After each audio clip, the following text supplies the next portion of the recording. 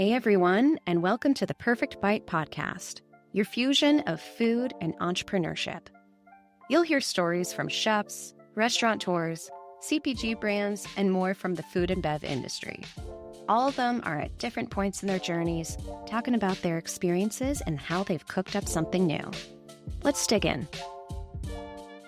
Hi everyone, and welcome back to the Perfect Bite podcast.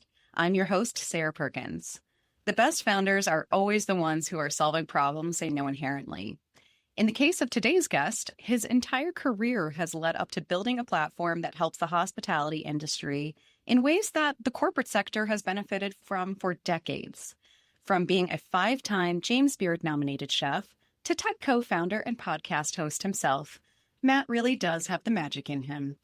Please welcome today's guest, co-founder of MAJC.ai, Matt Jennings. You get the drum roll there. Very good. Very good. Thank you. I love a punny beginning, and sometimes they don't land with people, and then I have to explain my jokes. Yes. Well, I'm like, great. That one was perfect. So thanks for the lead in. Thank you. And thank you for connecting. This is what I love about social media is that we can just shoot the shots and be like, I like what you're doing. Do you want to do something together? And this is essentially the first cross-promotional podcast episode. Totally. No, it's awesome. And, I've been a fan of what you've been up to and have been watching and listening. And it just felt like a natural opportunity to say hello. Thank you. And same here. I'm so excited you said hello. And I'm excited for you to tell your story because I do mean it when I'm like, wow, you are one of the most multi-time founders that we've had on the show so far. Like you seem to have a really big bug for just starting new things and going after it. Well, for better or worse, I am what my wife would refer to as a serial entrepreneur. So once it's in you, it's in you. Mm-hmm. We know that in this household. That is how my partner and I met. Yeah. Many moons ago now. It's that we can't get over the bug. Yeah. And I think so long as you learn to embrace it and recognize that with that decision comes a kind of twisty-turvy road, then, you're good. It's an exciting road, I will say. There are some good views. But yes, agreed. It can be very difficult. So let's take things back a little bit here. Before maybe, I don't know what you were doing as a kid. Maybe you were starting businesses. But before what we know today, when did you first fall in love with food? And what was your connection to food and cooking like growing up? When did I first fall in love with food? Well, I think I first fell in love with food when I got my first job. I was 14 and it was a summer gig and I was hired to be a stock boy in a grocery, a little kind of small family-owned local grocery. And so my job consisted of everything from stocking the shelves and taking inventory on sodas to folding the papers on Sunday. So I'm dating here, but this is back when the paper would arrive in different pieces and you'd have to assemble the Sunday papers before they went out to the floor. So I would do that. And the owner of that grocery also owned a little cafe next door. So I'd kind of like go in for my shift and walk past the back door of the cafe and look in and see all the cooks and hear all the clanging of the pots and the smells and all the things. And I was like, whoa, what's going on in there? That's cool. And so over the years, as I worked for him, I ingratiated myself by always being early and showing up and doing the things that other people didn't want to do. And as I was taught from a young age, and I said at one point, what's the cafe all about? I want to get in there. And so one thing led to another and got to chop my first onion and the rest is history. So you're drawn in by the smells. You're drawn in by, again, what we hear on this podcast all the time, kind of that level of humming, the chaos that's coming from behind the scenes that then you suddenly get some beautiful food, some delicious food in front of you, whether it's haute cuisine or whether it's just good home cooking that you would see, say, at a cafe. Yeah. And I think being that young, impressionable age, like you're looking around at your peers too, and the cooks just seem so cool. I was like, who are these like guys with the cut off kitchen pants and funny colored socks and clogs and like the whole thing? I was just like, there's something really cool going on here. So I want some of that. Yeah. The artist uniform really drew you in here. Yeah. Yeah. What would you say? So, as you're cutting your first onions, as you're behind the scenes there and getting to know what back of house looks like, what was maybe an aha moment that you said, I actually would like to do this as a career and find your way towards culinary school? Well, let me be clear that my foray into the kitchen was not pretty. I was the kid that was pushed, all of the things that you would imagine, mopping and scrubbing and all the things that came along with that, and refilling the Cokes for the line team, and just being a general catch-all for all the stuff that nobody else wanted to do. But I think that for me, it was actually not about the food per se, as it was like that culture, that environment, that ability to like have people around you who were interesting and creative and inspiring, and that camaraderie that came with all of that. Like that became my home away from home. And I think that's what really kind of showed me that work could be fun and work could be rewarding, and that you can also make some bucks along the way, and that doesn't hurt either. So I think like putting all of those things together in a young mind, it was kind of like, oh, well, if I have to work, if my parents are saying, hey, get a job at 14, 15 years old, but I can do it in a way that's like I get home at the end of the day and I've got some good stories, that sounds okay. Yeah, 100%. I liked working early too. I was very like, what do you mean I have to have a worker's permit at certain ages? I was kind of like against child labor laws. I don't know. It was something about, like you said, feeling very rewarding where you're in this sense where it's like, it's not grades at school, and it's not, in my case, times with swimming. It was putting your effort into something and then people pay you for it and say good job, or they say improve in some way. Yeah, it also means to an end for me. Like I had a moped. Okay. So my grandfather gifted me his like old 70s puke, or however you say it, puke, or I don't know, PUCH moped that he used to use to like bomb around the golf course, or I don't know what he used it for in his younger, more spry days. But it got gifted to me. And so that was like my freedom, right? Like I'd get on my moped and go see my friends, and we lived in a pretty safe community. And so it was like, that was freedom to me. So I was like, all right, well, if I want to be mobile, I got to pay for gas for this thing. So there was a reality certainly there too, that I think the ambition of wanting to work was both the desire to find that community and that camaraderie outside of the home, but also to take control of your own destiny a little bit. Yeah. And I think that definitely leads to the entrepreneurial mindset too, is like this constant sense of like just being in control or wanting your own sense of freedom than just what's ascribed for you. Yep. Yep. So tell us where you ended up going to culinary school. What was that decision like? And how did it really shape you? How did it start shaping the cuisine that you started to become known for, that you really fell in love with?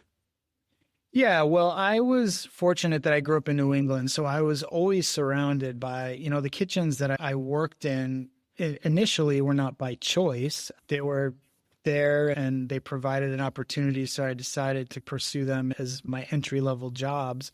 But I was always surrounded in those kitchens by great ingredients. And I just ended up working in places, just not intentionally necessarily, but in restaurants and for chefs that prioritized ingredients. And so there was something about that. Like I saw that happening and I was kind of like, oh, cool. Like the guy is coming to the back door and bringing fish like right off the boat. And I recognize that's not everybody's experience. It's no less more valid than, growing up and working at KFC or whatever. But there was something there that connected me, I guess, on a deeper level. And so I think as I grew in the industry, I kind of always was trying to seek those types of places out because it was what I knew. And so culinary school, when the opportunity, so let me go back. I went through the typical kind of childhood in terms of like parents saying, high school is not the end. Like there's something else for you to do, whether that means you go get a job, a full-time career-minded job, or you go to college or whatever the thing is. They were in support of whatever, so long as I was a contributing member of society, I think. I did try liberal arts school for a year. It did not go well. I wasn't like a big sit in the classroom, take copious notes and perform well on exams type of kid. And I kind of knew that about myself, but I needed to go to liberal arts school to prove it. I don't know. Sorry, mom and dad. And so after that first year of college didn't really pan out the way anybody was hoping, my dad said, why don't you take a breather? And why don't you go back to working? And why don't you really think about what you want to do? And if it means moving out and getting your own apartment or whatever the thing is. And so I went back to cooking and I was like, yeah, this is it, actually. This is what I really love. So how do I do this? What's the best way for me to do this? And at that time, I think in the 90s, culinary school was certainly, I would say, more of a thing than it is now. And we can talk about that. But it was kind of the only path at that point. And so I looked around, I looked at Johnson & Wales and CIA and other stuff that was regional, but I fell in love with New England Culinary Institute in Vermont. There was so much there, I think, from a sourcing and ingredient perspective and the exposure to small farms and the exposure to small communities that were just formatted around the food system, the general food system in New England. It was really profound. I don't think I was thinking about it in that way at that time, but it felt, again, familiar and like, oh yeah, okay, cool. You know, there's an opportunity here to learn butchering. I ended up going out in the forest with my first professors in culinary school and foraging for mushrooms, like all these sorts of things that would come to, I think, just inform the way I thought about food. And so NECI was the place for me, and it was phenomenal. While I was there, it was kind of in this renaissance moment of attracting incredible professors, instructors, and a student body that really loved what they were doing and really felt connected. And it was awesome. I don't regret it at all. It was a great way to spend my formative culinary years. I love your journey getting there too. I so appreciate that your dad and your mom, I'm guessing, were just both willing to look at you and say, we can't force Matt to go down a certain academic route. Let's just give him the time to figure out who he is and what he wants to do. And then you end up at this amazing culinary school.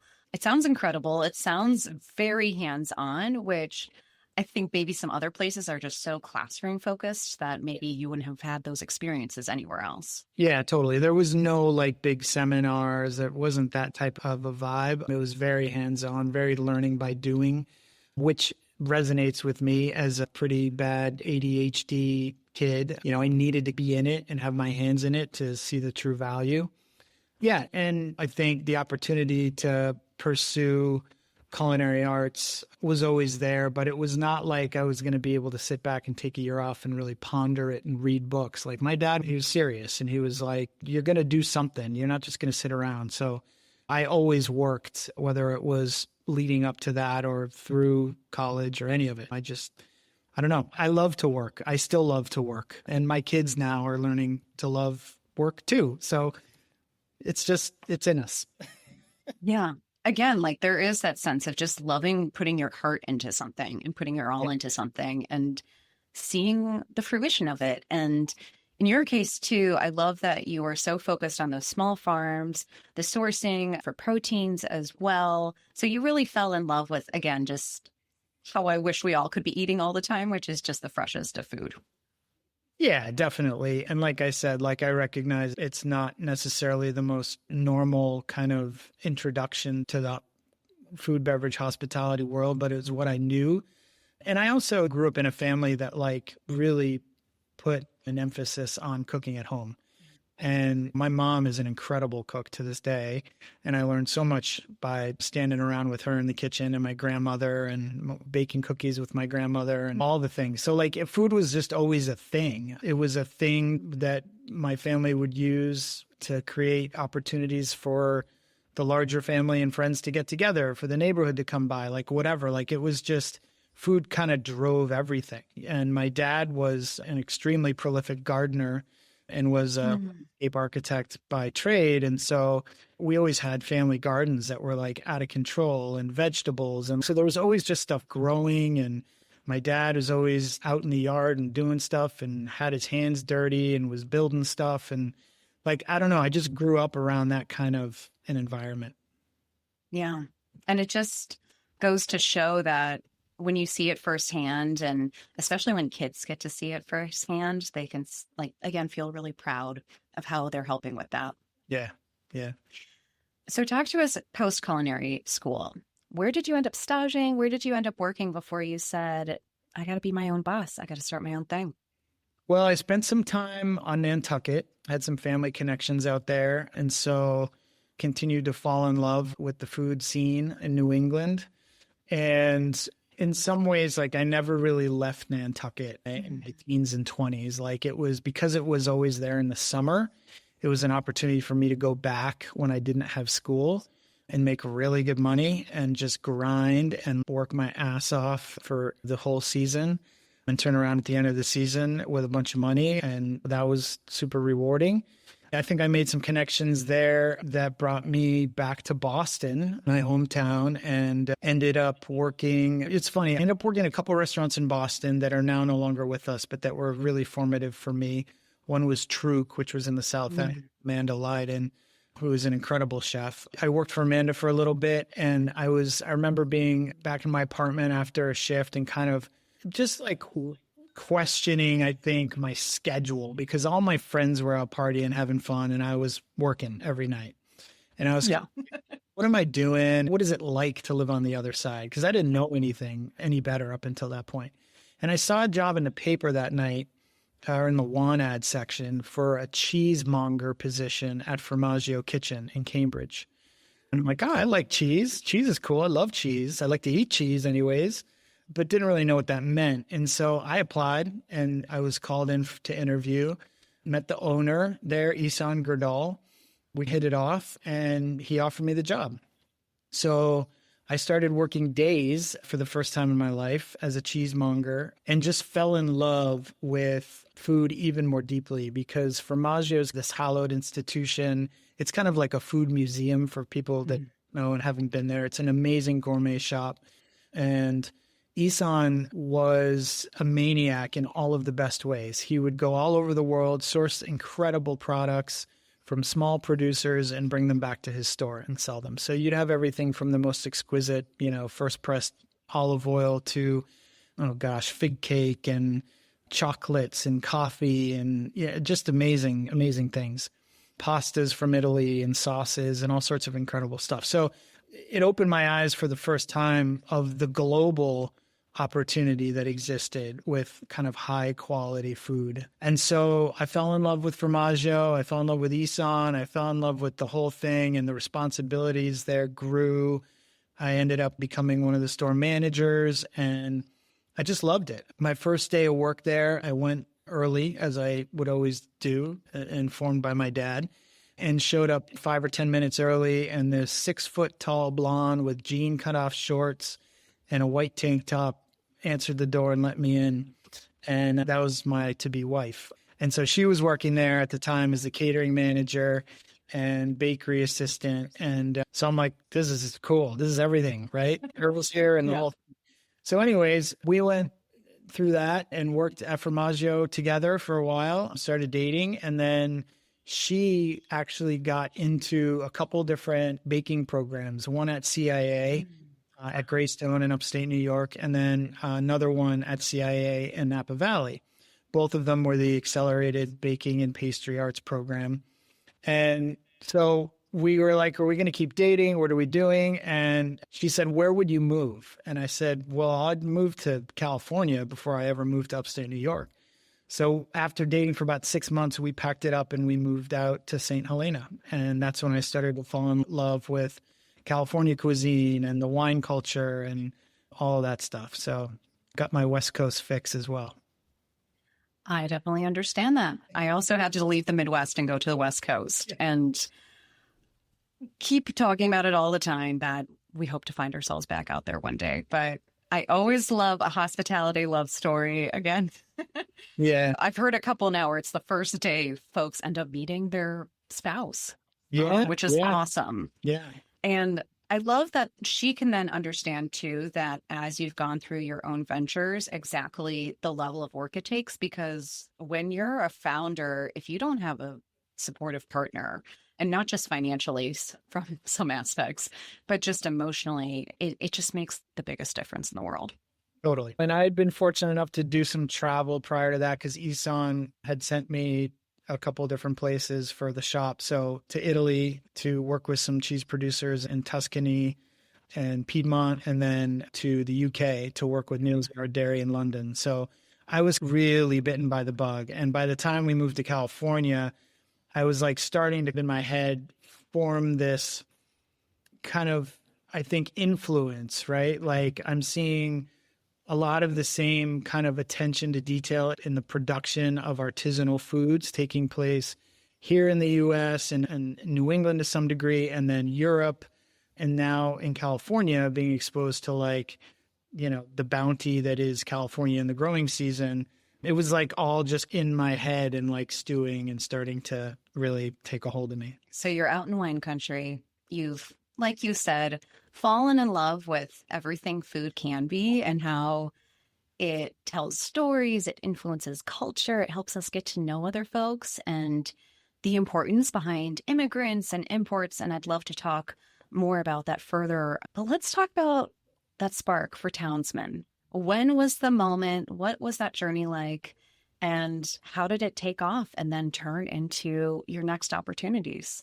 Yeah, well, Farmstead came first, which was my first restaurant. And that was born out of the realization that Kate and I don't think we're ready to commit to staying in California long term.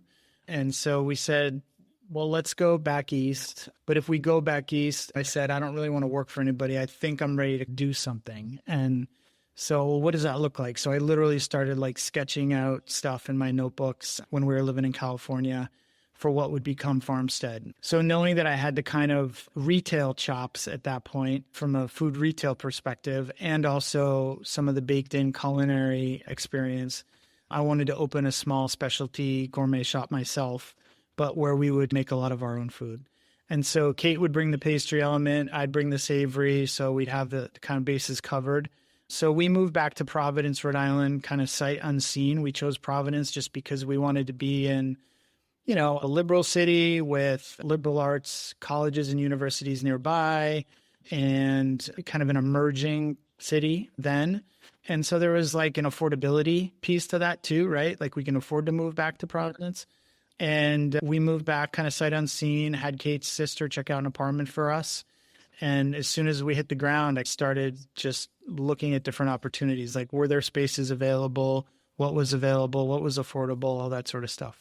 I ended up walking into a cheese shop in Wayland Square in Providence that had been there for over 20 years, family owned, kind of the last standing cheese shop of a small string of them throughout New England. There was the cheese shop of Darien, the cheese shop of Concord, and the cheese shop of Providence. They're all connected at one point. And Providence was one of the last independently owned ones. And so I said to the lady behind the counter, like, hey, if you're ever interested in selling, let me know. I'd love to kick it around with you. And she was pretty hesitant and said, this is what I do, and I want to pass this on to my grandkids and the whole thing. And she called me the next day. And so she was ready to talk. And so that ended up being our first restaurant. So we opened with a small, probably 400 square foot store. And we were there for about 12 years and grew that, ended up taking over the space next door, blasting a hole through the wall, opening the restaurant, built a cheese cave, all the things. So yeah, it was pretty awesome. Yeah. Oh my gosh. I like how cheese is your through line here. I know. Right. Yeah. Oh, man. So that was Farmstead. And we were fortunate that we got a lot of great accolades and recognition, and our staff was awesome. And that was lovely. It was never the reason why we did it, but it gave us some kind of, I think, belief in knowing that we were on the right path. And then a number of years later, so we opened in 2002, 2003. And then in probably 2011, 2012, we had a group of developers that were coming down to the restaurant all the time from Boston. And they loved Farmstead, and they would make it a point to come down as a destination. And one night, one of them said, hey, we're building this big new building downtown Boston across from State Street Financial. Would you ever be interested in doing a project up there? And so that was exciting for me. The idea of coming back to Boston, the idea of taking the concept that we had and blowing it out and doing something bigger and more exciting and different. And so that became Townsman. And in order to do that, I realized that I wasn't going to really be able to drive back and forth between the two all the time. So we sold Farmstead and rooted the family and everything and moved up to Boston to open Townsman in 2014. Wow. So you shipped up and back to Boston. Yep. My other moment here. So you go back to your roots. What would you say were some of those biggest lessons and the difficulties that you faced with a bigger market, a bigger space here? And, you know, you had developers involved in this case. Would you then say, were they your investors? Was this your first time essentially taking money from other folks? Yeah, it was a combination of, finding private investors, and then the landlords kicked in as well. Yeah, it was the first time. It was nerve-wracking. And I think a lot of lessons learned in that whole process, right? A lot of unknowns as you're going into it and a lot of knowns on the other side now. But it was kind of the only way for us to be able to make it happen. Yeah. And it's scary too. When you take someone else's money, it feels so necessary for growth, but you realize you have a boss now and you're trying to earn back X amount of money for people, which as we start to talk about your tech products too, that is a whole other ball game if you get into that VC world. Yeah. So without skipping your incredible background that's led you here today, I want to make sure we have plenty of time to talk about MAJC. I mean, you end up opening Full Heart Hospitality. You earn these James Beard accolades. You write a cookbook that also is award-winning, homegrown. What do you think really drove you to doing all of these different types of projects? You didn't stay really in a singular lane. Yeah, I don't know. I think it's a great question. I don't know that I have a good answer. I guess I can only give the answer that I know how to give, which is I love learning and I love like putting myself in uncomfortable situations and learning from them. And I think that is what has always kept me perpetually seeking more, is to try to better myself and to create environments and projects and products that feel like they're giving back to the community in some way, have some sort of effect that's bigger than me. So I think that's what's landed me where I am today, not without a lot of hard lessons learned along the way, for sure. Oh, definitely. And I think like it really shaped your founder background too, which is this feeling where you're like, I'm a generalist. I like learning everything. Or if I don't know something well enough, let me learn it and let me teach myself. Let me go learn from folks who are better at it than me. But at the same time, it's within a mission. It's within a passion that all has a similar through line, and not just cheese. Yeah. In your case. Yeah. I mean, I think the thing for me that's always lit me up about this business is people, right? Like at the end of the day, like the best hospitality operations thrive because of the people that are within them. And I always made it my mission to make sure that I was building great teams, that I was doing everything I could to support those teams, that at the very least I was open and transparent about the desire that I had to pursue excellence and trying to get everybody on board with that. My wife will say that I'm a perfectionist, and she's not wrong. Like, I think that that has its pluses and its minuses for sure. Yeah. But it was always like I kept that piece of the business part of my life as a North Star, like always wanting to try and create really special things. So one thing has led to another, and I guess now I'm a tech bro. I don't know. You're kind of a tech pro now. I mean, we might have to get you in some like Patagonia vests or something. Oh God, no, not yet. Not yet. That's very New England of you too. But so I love this moment. Again, I've worked with some food tech founders before. I've interviewed them. I'm so interested in how software comes into play into something that is so people focused, so hands-on. Tell us about the moment that you said, wow, it's time to start MAJC. Tell us how you met Andy Coughlin, your co-founder, what his background is, and how you two decided this was the moment now. And I'm so embarrassed. I only realized the other day that MAJC is both of your initials. Yeah, that is true. Well, so Andy was a great customer at my last restaurant, Townsman in Boston. And Andy would come in all the time and he would sit at the Crudo bar. We had this kind of counter style, like a diner style counter where we had a lot of the cold food coming off of, and it was very performative. I had cooks behind there slicing the meats and doing all the things, and he loved the Crudo bar. And so he'd come in and I'd just cook for him. And we just talk about food and hospitality. And he grew up in hospitality a little bit. Like me, he was a dishwasher at one point and stood next to his grandma in the kitchen and all the things. But he didn't know hospitality the way I knew it. He knew he enjoyed being a customer of it. And so we would talk about all the things happening in the hospitality space and what the pain points were, particularly as an owner-operator. And I was straight up with him and very honest. And he said, there's something there. With my experience, which at that point was Microsoft for many years, working as one of their VPs of marketing, to Sonos, who he helped take public, starting a couple small VC firms in Boston, and then eventually Meta, where he had been for the last 6 or 7 years prior to our engagement. He was full on tech. And so he's like, the thing that I want to try and achieve, or at least talk about, is how do we scale? Because the problem with hospitality is that it's very analog, right? Yeah. I mean, the experience of being able to deliver memorable moments, right? That's an analog thing. It's you and the customer, or you and your team, and building that culture and the whole thing.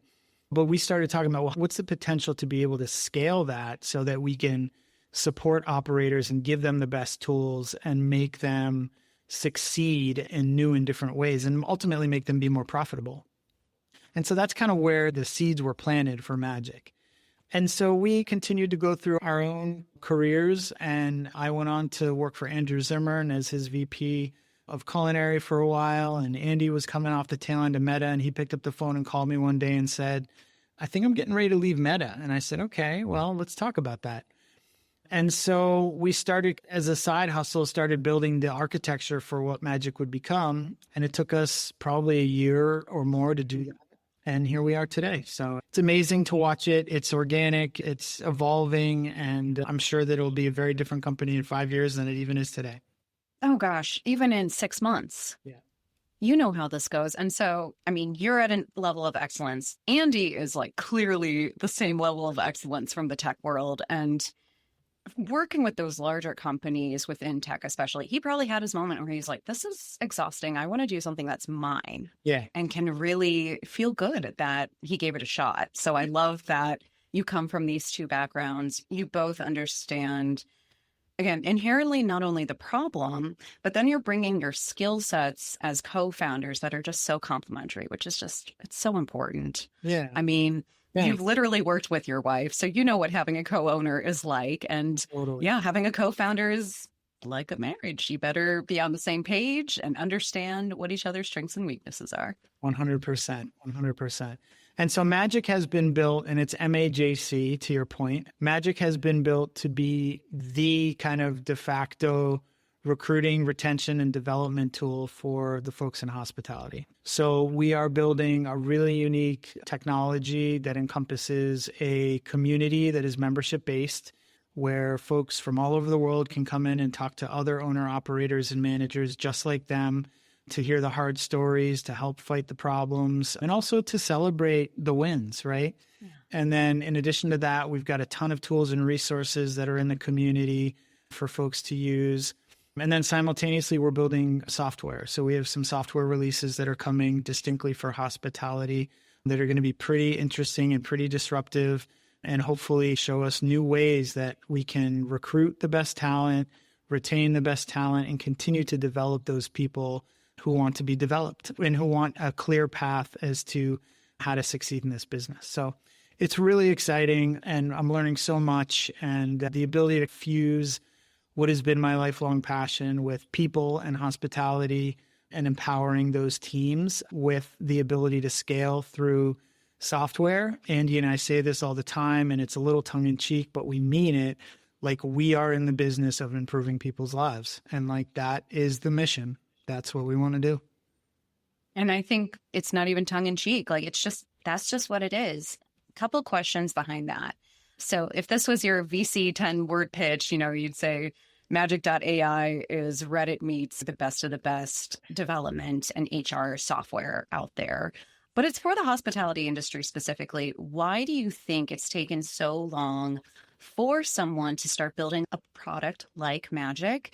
And, why do you think there just hasn't been an emphasis on this, given that the corporate world, there have been hundreds, if not thousands of iterations of something like this for them?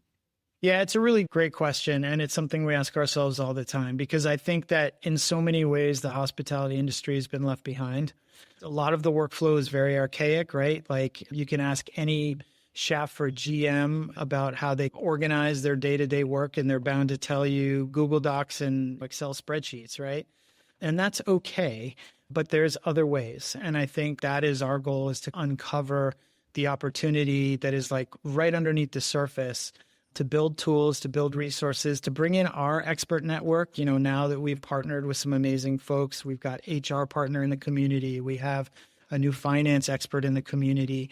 We have mental health coming and sustainability, like all of these things. Like I would go through the day to day. And as you can imagine, I'm connected with a million chefs on this thing, right? Yes. And so I'm watching the texts go back and forth in my chat channels about, how do I negotiate a lease? What's a proper way to have a coaching session with an employee that's having a hard time?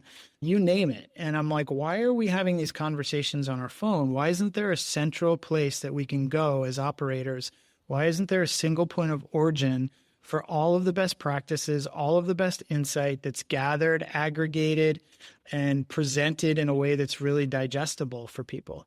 And so that is what has really driven our desire to create a program and a platform that is easy to use, that is as few clicks as possible, and that will get people to become advocates for this new learning system. And so, it's not without its challenges. Listen, like we are re-engineering, in a sense, like the way the industry thinks. And I recognize that there's a tremendous hill to climb there. But the people who are community members now and who we are showing the product to, and the beta test that we're doing, like the feedback is like, whoa, like why hasn't this existed before? And think about all the other applications this thing could have going forward. And that's the stuff we get really excited about.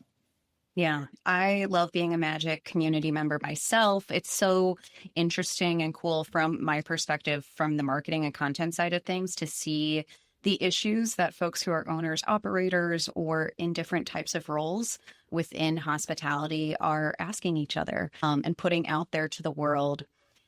So couple quick questions about the community itself. So you said you've grown it very organically. It is global, which is so cool. So you're focused on individuals. How have you been finding them? How did your flywheel start going here? And do you ever see yourself taking on the challenge of essentially selling to businesses one day? Because as we know, every restaurant owner is like, why do I need another piece of tech here? I've got so many and none of them are connected. Yeah.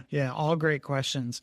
Well, I'll take it kind of one by one. So the community was stood up and maybe we had 4 or 5 members, right? Including founders. And basically the way that we tried to get the message out was we recognized that we needed to be creating content. So that's when the podcast started. So we have 2 podcasts right now, one long format, one short format. The long format is called Restaurant Ready. The short format is called Serving Success.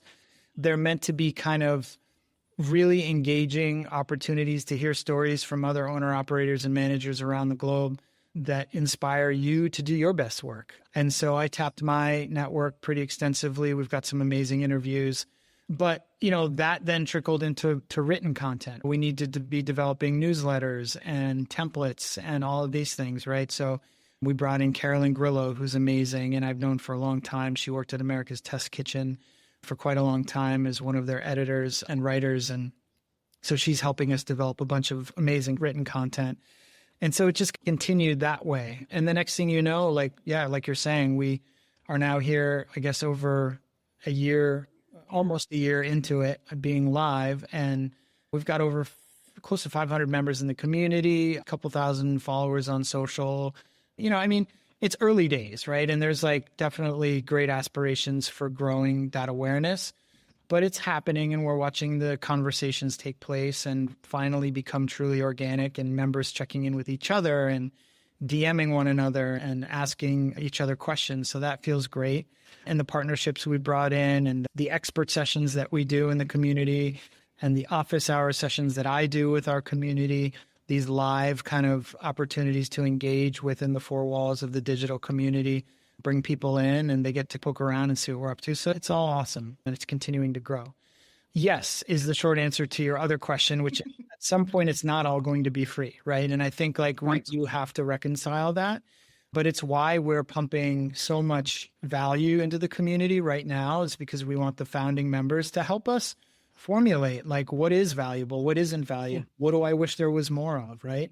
And at some point that'll change and that'll turn off, but we're not there yet. The goal is to grow the base, right? And I think, the biggest thing there is the value that it has for operators, especially when we start talking about some of the stuff that's on the horizon for us, which is developing tools to help kind of middle managers, if you will, AGMs, GMs, sous chefs, chefs, upskill themselves, right? Yeah. Through MAJC and become a part of the MAJC universe in terms of accreditation even, or what we're calling MAJC Academy, which will be the ability to get certified in various things, right? That makes you more appealing as a candidate, even when you go someplace else. And so all of these things are kind of in the stew, right? And I think that when we look at the information aggregated down and distilled down to a really understandable kind of single page, if you can envision basically what you're getting as an operator right now out of your employees and the productivity associated with that, as opposed to investing in your employees and spending time to help develop them as human beings and workers in the workforce, like you're going to see an amazing return on that. I know because I've done that. I don't think every operator thinks through that lens necessarily, but the value is in the savings, right? Yeah. From a time perspective and also from a training perspective. Every new employee costs us over $6,000. So if we can begin to eliminate those reoccurring fees that it costs to keep bringing in new people, and we can train great people and make them better, then that's what it's all about. I think just to put a fine point on it, like it's a philosophy shift. Like it is definitely a philosophy shift. I think the opportunity right now, especially given the workforce and the challenges that we're seeing in the workforce, the opportunity is in investing in our people. Yes. Like you said, reducing turnover, not seeing people as disposable, because I think especially people might think that in this industry is, well, it's fine. I'll just go find someone else who can do your job. Right. And I love how you're bringing in the academy moments. It feels very LinkedIn, HubSpot, specifically for the hospitality industry. Brilliant organic marketing, because everything that you put out there, especially on the podcasts, it's exactly what you can find on MAJC. It's essentially your way of saying, want more of this. You can actually get your questions answered, and you can get one-on-one time with people who have gone through this. So I love all of it so much. What would you say are the biggest questions, or you're starting to see, hey, people are asking for X, Y, and Z more, and that's what we're going to build towards? Yeah, it's a really great question. We are very vocal in our community about wanting to make sure that we get fast and early feedback from our members. That is what's going to set us apart. And we listen. It's not performative. Like we really take that stuff to heart. We're talking right now actually about developing almost a membership board, if you will, like people who are extremely active in the community to create a board and help us influence the outcome of the product. So that's all real. And it's just amazing to me. Just as a funny example, like I had somebody that was brand new in office hours today who I'd never met. And I love it when that happens. And they dipped in just to kind of like test the waters and see what it was all about. And they started asking some pretty pointed questions about their specific business. And I didn't want to get too far off the track of our conversation. They said, well, what would be the best way for me to get more information on this particular question, or set up a time to talk with somebody? Is there somebody at MAJC that I can kind of glean some of the best answers off of? And I said, yeah, book a session with me. It's all free. Just go in, drop me a DM. Let's set up a time and chat. And like, if I can bring other people into that conversation as well, who are experts in other areas, like I'll do it. And I think that's a unique ability we have, right? So I don't know. It's exciting right now. And I love being able to give back to this community in this way. It's really hands-on mentorship. And you are scaling it by allowing that community aspect of, hey, I've got a query, who can answer it, or who wants to respond, who wants to set up either one-on-one time with me, or we can DM, or just check out the comments, just like you would with, say, a Reddit question. Totally. And I think that's the important thing is it's not just me, right? And like, I recognize I've got some experience in the business, but not everybody wants to just come there to talk to me, which is great. Like, I hope that's not the case, but I'm able to work with the team to attract some really amazing people. Like we have HopDove now, who is our human resources expert, and they're a firm based out of Boston that deals explicitly with the hospitality industry, doing HR for the hospitality community. They have a labor attorney on their team as one of the founders who's brilliant. So we bring in that kind of level of knowledge. And then we have the finance, as I mentioned as well, and mental health coming. And so we're bringing in the community. We're talking with the folks that are in our network. We're reaching out of network to folks we don't know who are also experts to say, hey, come check this thing out. So it's really like one of those, it takes a village type of approaches. But I know that's how we're going to get the best information. So. Absolutely. So speaking of the village, the very large village that is the hospitality industry, so food and bev, hospitality, agriculture, you launched during a really interesting and very particularly difficult time.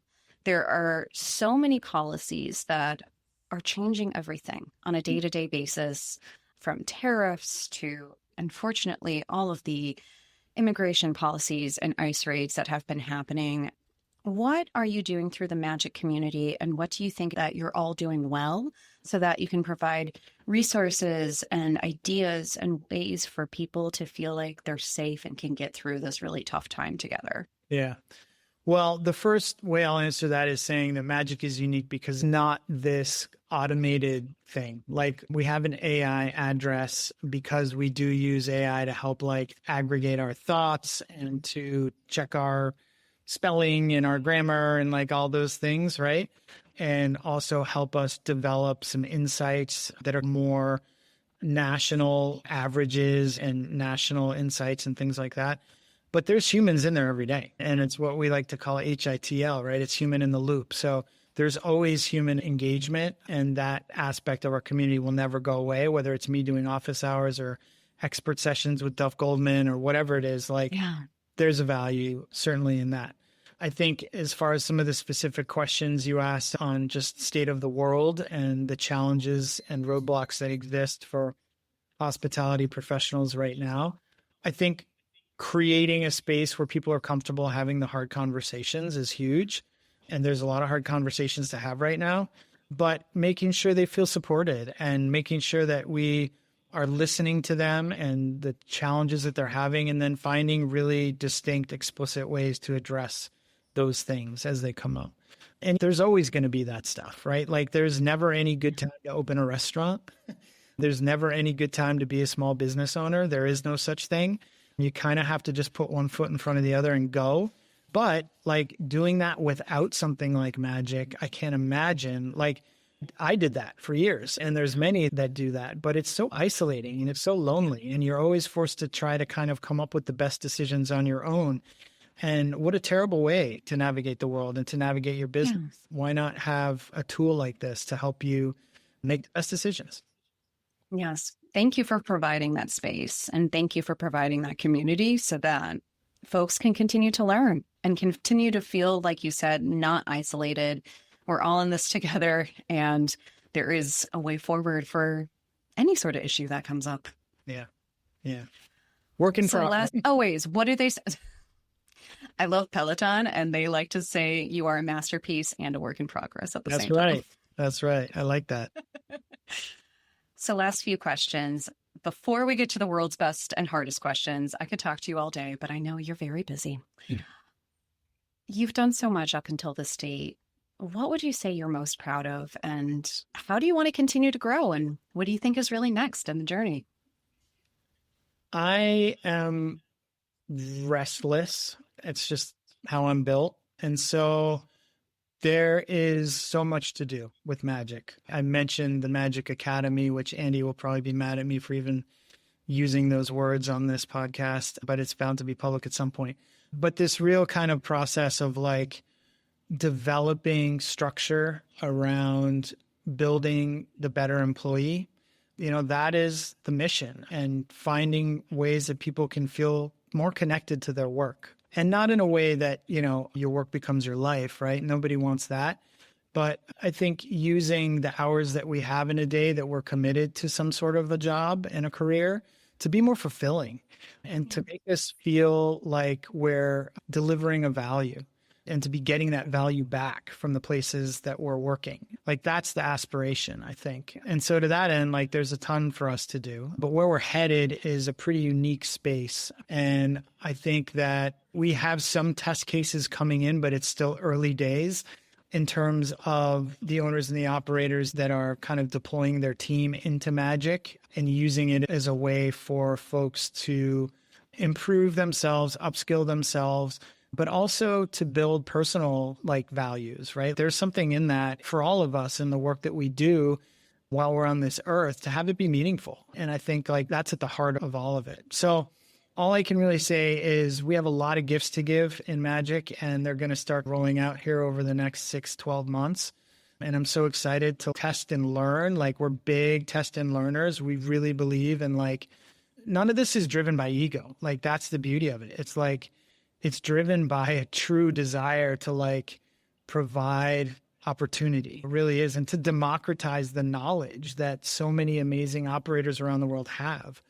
So there's a ton to do. I'm in spreadsheet hell and I love every, I say to Andy, I'm not cooking necessarily anymore, but I'm cooking spreadsheets, baby, all day long. You are.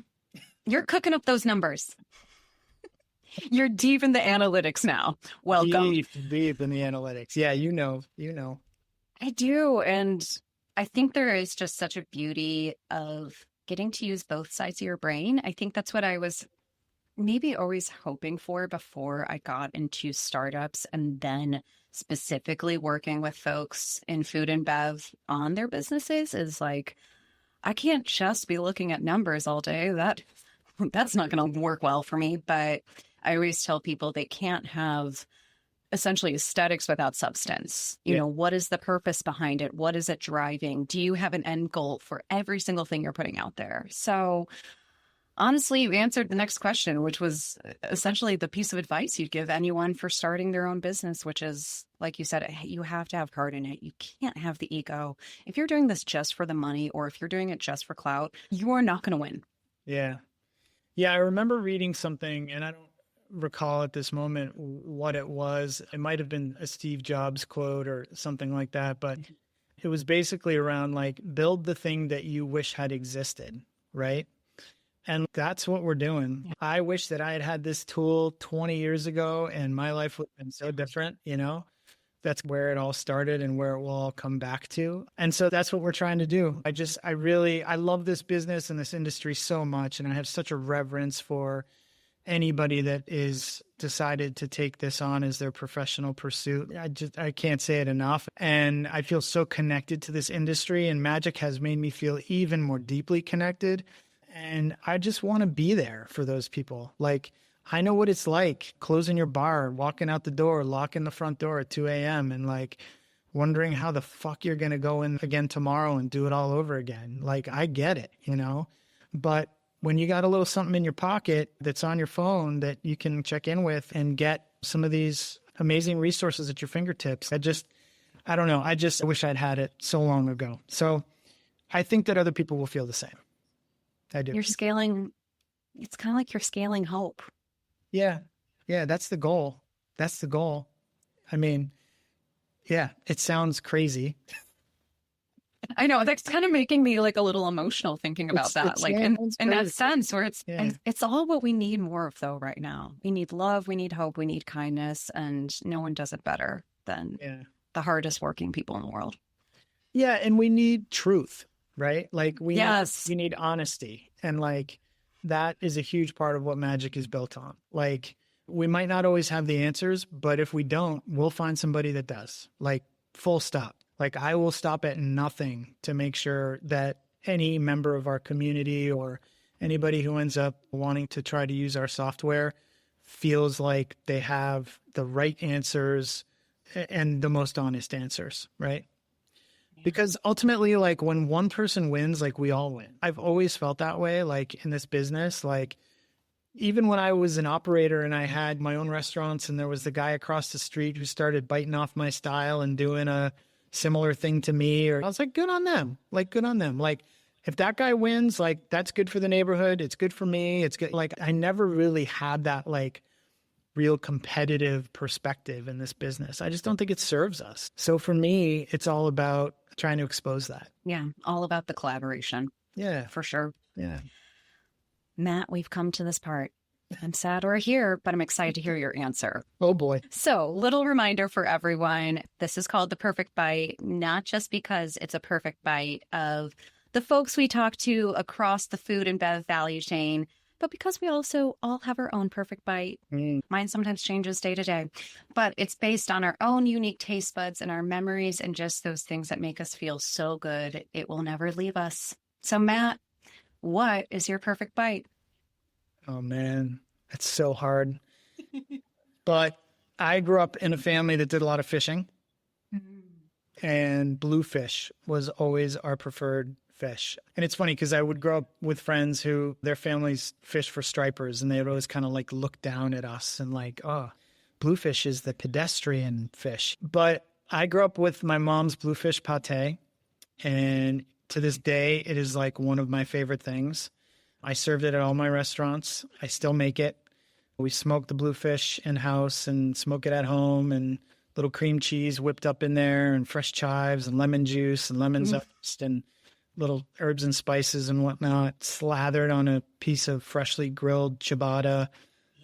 Yeah. It doesn't get much better than that. So I think that's probably my answer. But I'll say it with the caveat that it depends on the time of year, because I am totally seasonally focused. And right now, that bite for me is burrata and strawberries.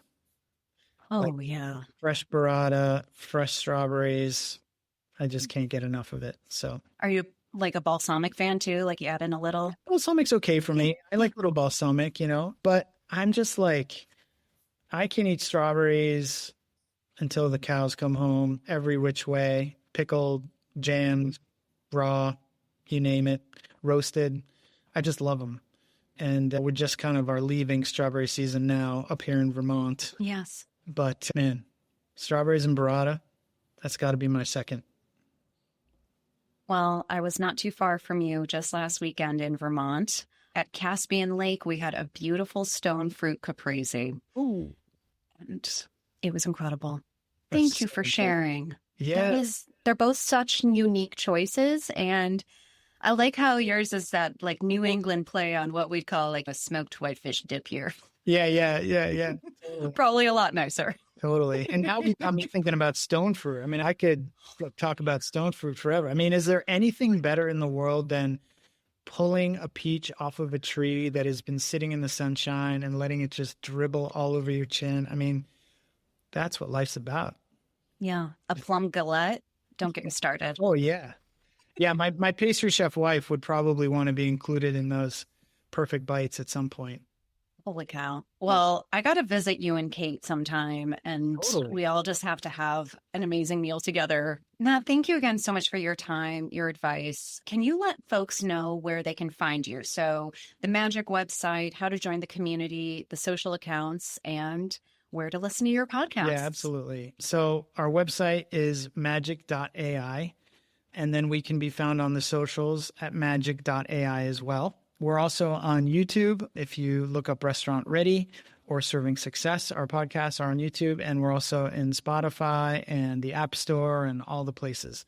So the Magic app is live in the App Store as well. If you search for Magic Community, it'll pop right up. I'm honored to know you and to be part of your community. Well, likewise. And thank you so much for having me. Of course. And everyone, thanks so much for tuning in. This was Matt Jennings, Perfect Bite. Thanks for tuning in to The Perfect Bite today. You can listen to future episodes on Apple Podcasts, Spotify, and anywhere else you listen to podcasts. Thanks in advance for subscribing, rating, and reviewing. You can follow The Perfect Bite on social media @PerfectBitePod. Now go get something good to eat.